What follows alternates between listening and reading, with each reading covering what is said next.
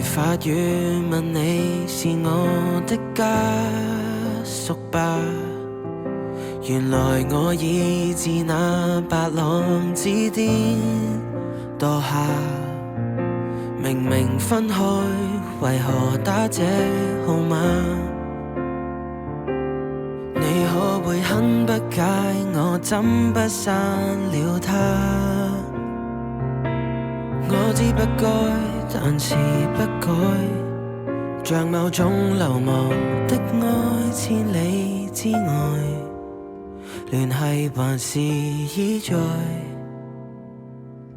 有沒有一絲半秒傷悲？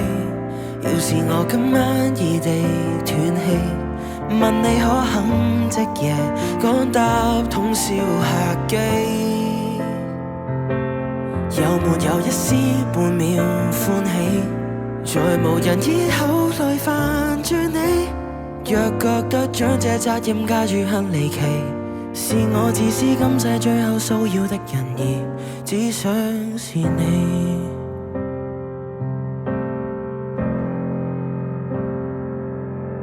誰聯絡你？